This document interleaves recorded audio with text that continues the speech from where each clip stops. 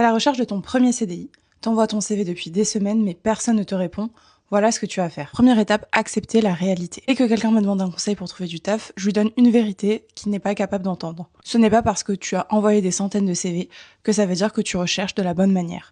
Au contraire. Premier conseil, au lieu d'épuiser ton énergie en envoyant des CV à gauche à droite pour des postes qui t'intéressent même pas et des boîtes qui ne t'intéressent pas, tu vas choisir 3 boîtes maximum et tu vas te concentrer sur ça. Et quand je te dis te concentrer, c'est vraiment, c'est-à-dire que tu vas le jouer Joe Goldberg. Tu vas aller sur LinkedIn, tu vas suivre le compte, tu vas suivre l'équipe RH, tu vas suivre les gens qui ont le métier que tu aimerais faire, ainsi que les stagiaires, les alternants, les managers, tout ce qui bouge. Tu vas les observer, regarder comment ils s'expriment, quel type de photos de profil ils ont, qu'est-ce qu'ils repartagent, quels sont leurs centres d'intérêt communs.